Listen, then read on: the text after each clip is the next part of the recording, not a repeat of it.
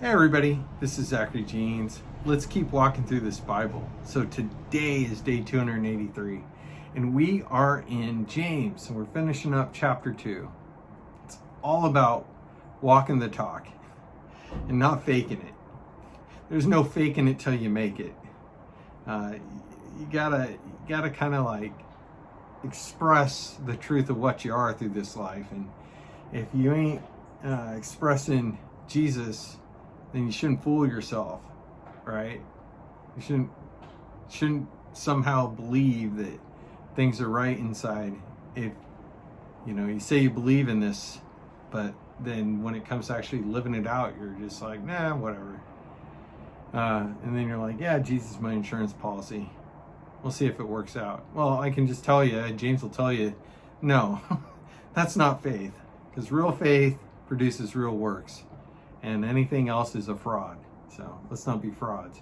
That's pretty much it. I guess we'll wrap it up then. No, I'm just joking. We'll get into it.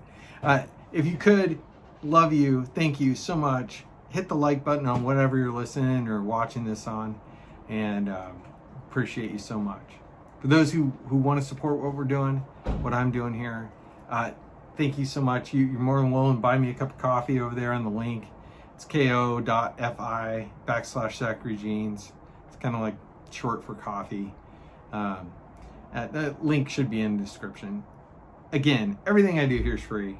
But if you want to support me and say, keep going, Zach, do it, and you want to do so financially, you can do so over there. Why don't we pray? Let's ask God to help us, okay? Lord, I love you. God, thank you for your word. God, thank you for James. God, you just keep sticking that goad right in my side. Like, you better walk your talk, Zach.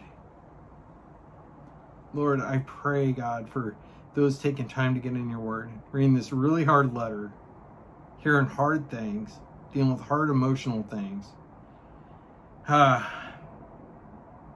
God, that you would just help us do that. Help us come through this thing. Help us be perfected by your word. Made more like you from hearing and then doing. Lord, it's in your name we pray, Jesus. Amen. Yeah. Love it. Okay. So we're going to pick it up in verse 14 of chapter 2. We'll go to the end of the chapter. I just real quick note, I don't know if I mentioned this last time. I usually mention it. ESV.org. ESV.org. You can download free English Standard Version Bible app. You get access to a Zondervan Study Bible for the ESV there, and it's all free. So you can follow along version I'm reading. What good is it, my brothers and sisters, if someone says he has faith but does not have works? It's a good question. Can that faith save him? It's another good question. If a brother or sister is poorly clothed and lacking in daily food, and one of you says to them, go in peace, be warmed and filled, without giving them the things they need for the body, what good is that? So also, faith by itself, if it does not have works, is dead. But someone will say, you have faith and I have works. Show me your faith apart from your works, and I will show you my faith by my works. You believe that God is one. You do well. Even the demons believe and shudder. Do you want to be shown, you foolish person, what faith apart from works is faith apart from works is useless? Was not Abraham, our father, justified by works when he offered up his son Isaac on the altar?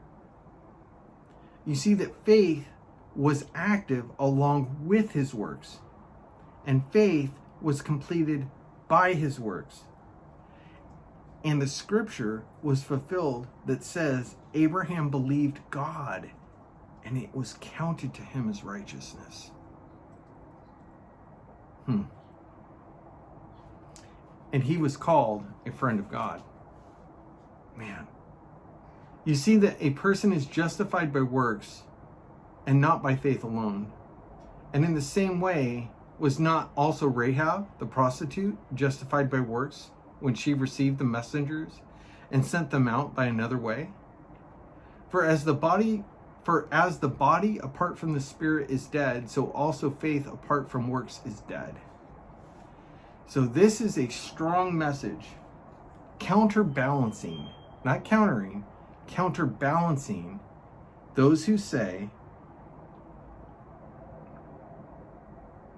you have faith and I have works. Show me your faith apart from your works, and I will show you my faith by my works. This is a counterbalance to those who say that faith alone, and no doing saves me. And you're like, well, yeah, Zach, that's the gospel. I mean, that's basically Romans.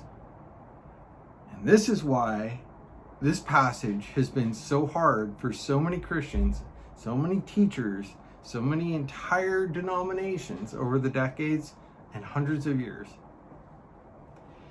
It is a counterbalance, though. It is a counterbalance to those who would say that faith has no actions. James is dealing with people who are coming out of a life of keeping the law and now believing. Remember, this letter is written to the 12 tribes dispersed all over the place, astutely noting here that they came to faith at some point because this is written to believers. So we have an audience of believing Jewish people in the first century scattered throughout the world, primarily, ostensibly, in Rome, throughout Rome. But wherever they went, right, this letter was basically getting to them. And you had people that were trying to keep the law as Jewish faithful people. Now they have their faith in Jesus Christ, right? And now they're thinking, oh, well, he fulfilled the law. And we've heard Paul say, we're justified by faith. I think we're good here. And in fact, if I go do the works of the law, won't I, in fact, be making somehow, the sacrifice and the fulfillment of the law by Jesus? Like, won't I be tainting that? So I think I'm good now, right? So that would be the attitude that he might be facing. Clearly, he outlines people who are showing up that he's dealing with in Jerusalem, because James was in Jerusalem mainly. He's dealing with people who had a little money. He's dealing with people who appreciate people with money. He's dealing with poor Christians who are getting sideswiped by the people with a little cash. He's seeing people showing up, walking in faith maybe, but they don't really line up with who Jesus is, and they aren't really acting like Christians. And they're like, hey, grace, right? Faith. So James is dealing with that. He's dealing with a culture that was just steeped in doing stuff to be right with God, his law. And now these people are set free from this law. They're in law of liberty, right? But to them, the law of liberty is now free to just live life. Maybe you identify with that. Maybe you're like, oh, finally, I'm kind of set free from all this stuff. No, I'm not going into egregious sins, but, I don't know. Life's good. I know Jesus. I don't need to do anything else, right? Saved by faith. And James would say, whoa. You can say you're saved by your faith apart from works. And I will say, I will show you my faith by my works. My faith produces a godly life. And a godly life is one that gives a damn about your brother and sister and doesn't make distinctions whether they got a Rolex and roll up in a Bentley or they shuffle in with the shopping cart. That's what I'm talking about, says James. And I think he is particularly poignant here for the purpose of stirring up people to ask these hard questions. Well, wait a minute. What is salvation? What is faith? How does this all work out? Well, he goes back to Abraham. He appeals, and we're going to read the Old Testament here coming up next year. He appeals to this story of Abraham taking his son Isaac, who God promised all these decades that he was going to have, and he finally had. And he's like, hey, go sacrifice your kid up there on that mountain, that hill. He was like, whoa, okay. You know, like, I didn't think we were about that, but, you know, Lord, whatever you say. He takes him up there, and God wanted to see if he would be willing to give up his one and only son, the one who was promised to be the one through which all the nations would be made. And then God provided his own sacrifice, if you remember that story. We'll go through it again here in the next year. So James brings us back to this story, and he brings the Jewish people who are very familiar with this story, and they are very familiar with this, the whole Abraham faith, because Paul's been preaching faith and Abraham, and he is the father of faith, and that's actually how the Gentiles and the Jewish people both come to faith, because Abraham gave or was given this covenant with God, this relationship with God. This was incarnate, it was activated prior to the giving of the law through Moses, which came hundreds of years later, right? And James is like, yeah, but let's get into the nuts and bolts of what faith is and how works work. I think this should be okay with anyone. This is also a place where if you grow up in a dispensational church, this is why you're like, yeah, this is why we don't read James. It's not written to me. Well, let me just point out that Paul gave a lot of commandments, a lot of urgings, a lot of admonitions to do X, Y, or Z, which usually are good works. After he just got done preaching, you're saved by faith, not by works. Go do these good works. You're like, how does that work? Well, we've talked at length about how I think that works out. And I think it's the other side of the coin, and not as an opposing side, like as an at odds side, but it is how Paul emphasizes the faith inside the Jewish community as well as the Gentiles. You got to remember, Paul was a Pharisee. He was a Jewish man who lived and breathed and ate, drank, and slept the law. Okay, and so he's teaching that you're not saved by doing all that stuff. You're saved by faith in Jesus Christ, and Jesus's work on the cross is what saves you. Now you're free to live in the law of liberty, and you should do these good works because you're a new person and you are free to. And you should feel conviction if you're doing otherwise. James says, look, I just want to make this a fine point here. Your faith should produce those good works. And if you find yourself not doing those good works, you should question what's going on with your faith. It's like, you say you got this faith, and I'm like, yeah, okay, cool. I got that faith too, and my faith produces a life that looks like Jesus. Remember those orphans, those widows? Remember the person who's like, hey, I'm hungry, and you're like, hey, have a good life. Be blessed. And you got the means to help them out, and you don't. Boy, I'll tell you what. So I'll make this personal real quick. So I drive around Portland, or at least at the time of this recording, that's what I do. It's my tent making. It's how I pay the bills.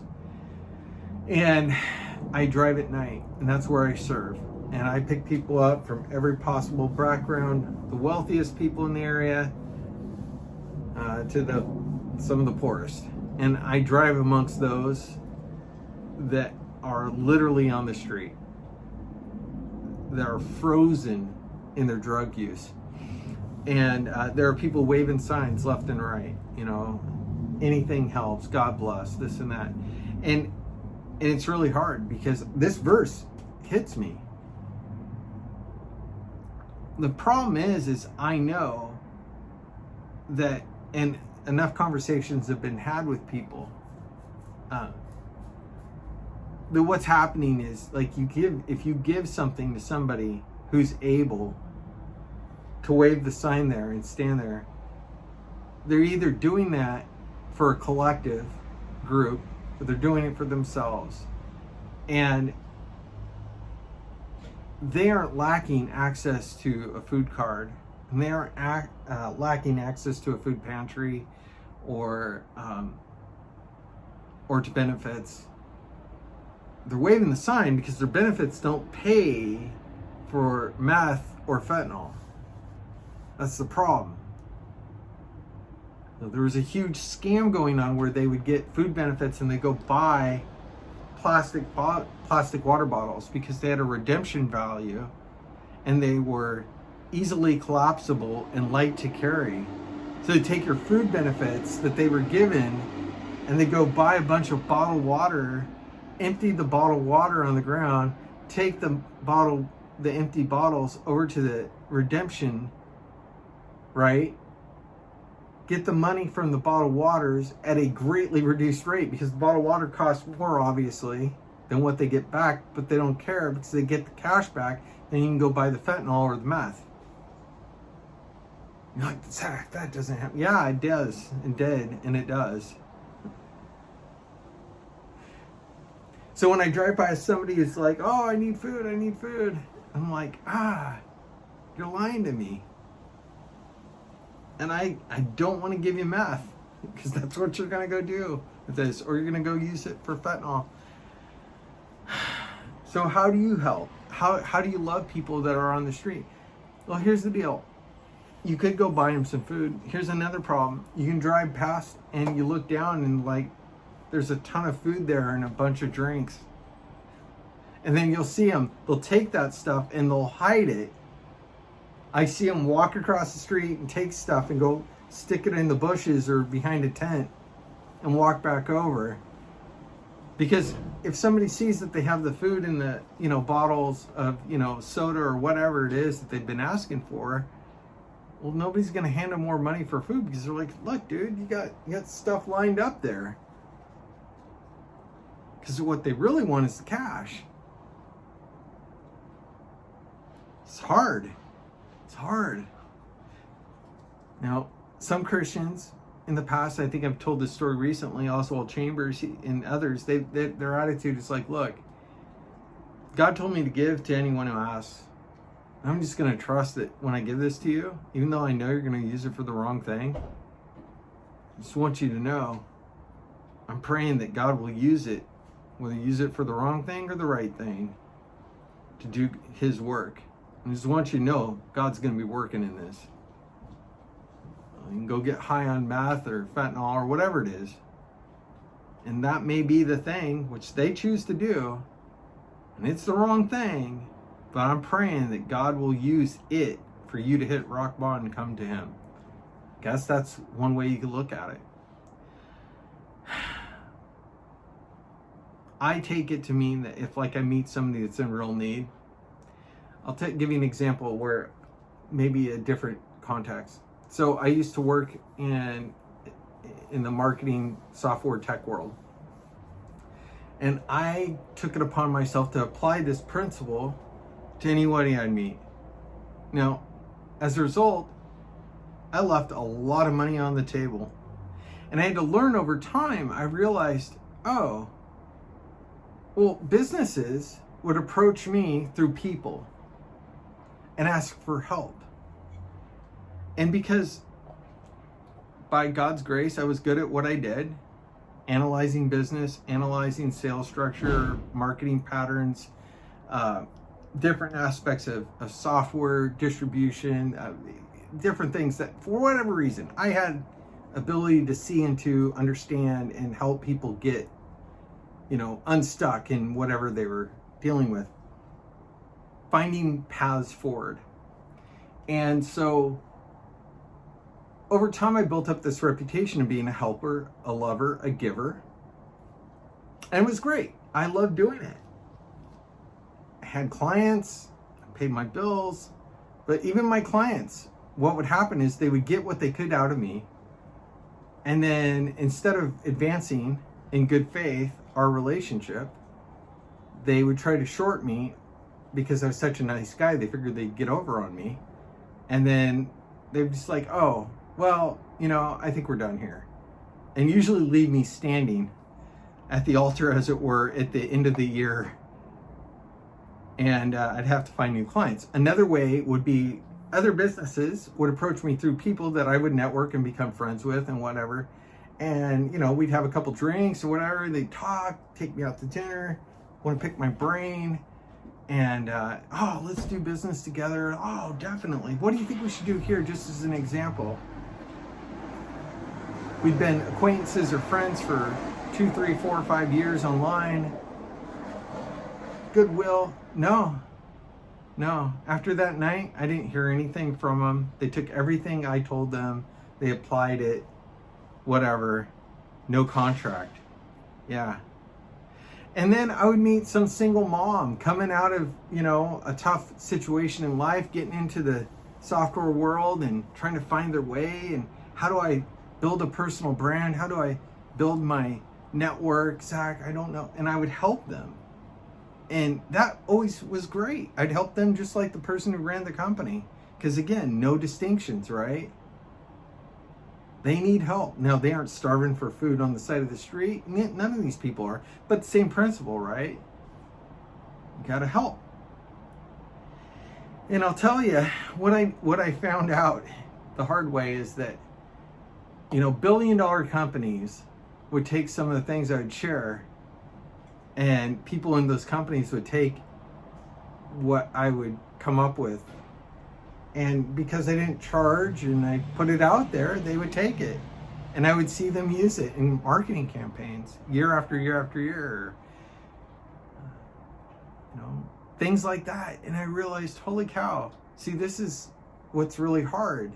Do I treat the company and the people in the company like the woman or the guy trying to get out of their, blue collar job into more of a software gig and into an upward trajectory in their life? Do I treat them both the same? It's a real hard thing to discern. And you all have situations in your life where you're trying to discern, how do I honor the Lord and love everyone equally? And yet, how do I discern the difference between loving a person and loving some corporate entity, which is filled full of people? It's really, really hard. What I found is the corporate entities, everybody in there got a paycheck on the stuff that I shared.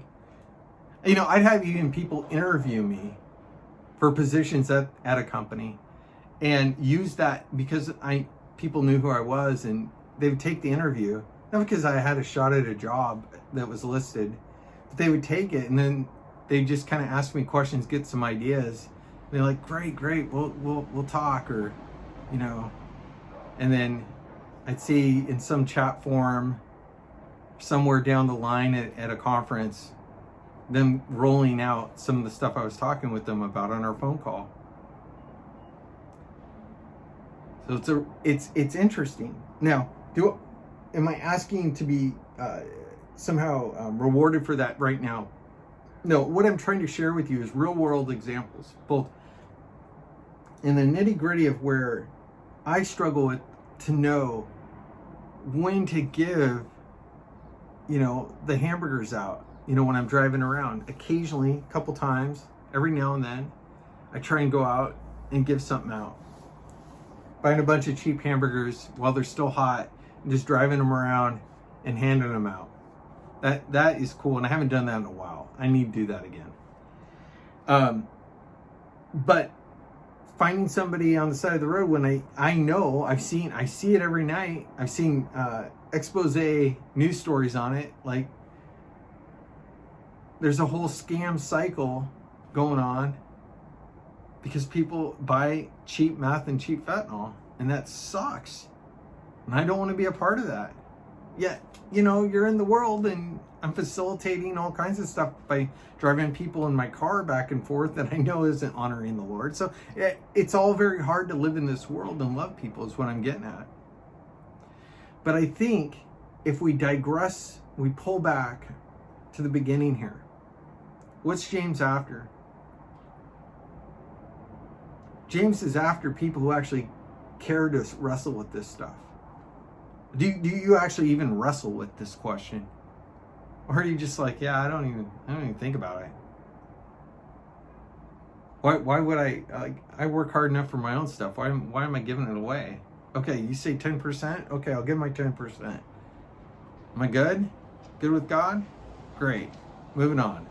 If that's the world you live in, then you need to really wrestle with this passage some more. But if you're already trying to figure out, should I give the person who's waving the sign the money or the hamburger? Like, they've got food down there. They say they want more stuff. I don't know. Well, you're probably in a better place with this passage. And at the same time, this passage does not go away. Martin Luther wanted to rip this passage, this letter really, out of the Bible, it said. He was an angry guy. Did a lot of good. He was a pretty angry guy. And anyway, but we shouldn't rip this passage out of the Bible. We should let passages like this poke us in the side. Again, rib us hard. Like in hockey, body check up against the wall. Like, hey, wake up. You really walking your walk? Like, you believe in God. Dude, demons believe in God. How special are you? Yay. They shudder at least, right? You don't even shudder. You don't even, when we meet God, there's a little bit of meeting God, which is like pee your pants, I always say. God is terrifyingly huge and powerful and yet loving and gentle and caring. But if you don't realize that He is God Almighty, like Moses, take off your shoes, you are standing on holy ground. God is the one who is holy and giant. And we shouldn't mock or treat Him lightly. The demons don't. The demons don't. Maybe treat them lightly too. That might say a lot about what's going on in life. All right, well, it's heavy. It's heavy. It's a good passage. James is getting into the nuts and bolts of how salvation and working out your faith with fear and trembling actually work, how it happens. Okay? Oh, you're saved by faith. And you aren't saved by works. But if there are no works in your life, then you might not be saved by faith. Because you might not have real trust. Because there's no transformative experience or expression of God in your life. Or you might just be a little wayward and you need to come back to the Lord. I don't know. I bet you after this talk, I bet you're getting a sense of it. Okay? So take a minute, talk to the Lord. All right. Well, until tomorrow, day 284. Keep walking. God bless you. Bye-bye.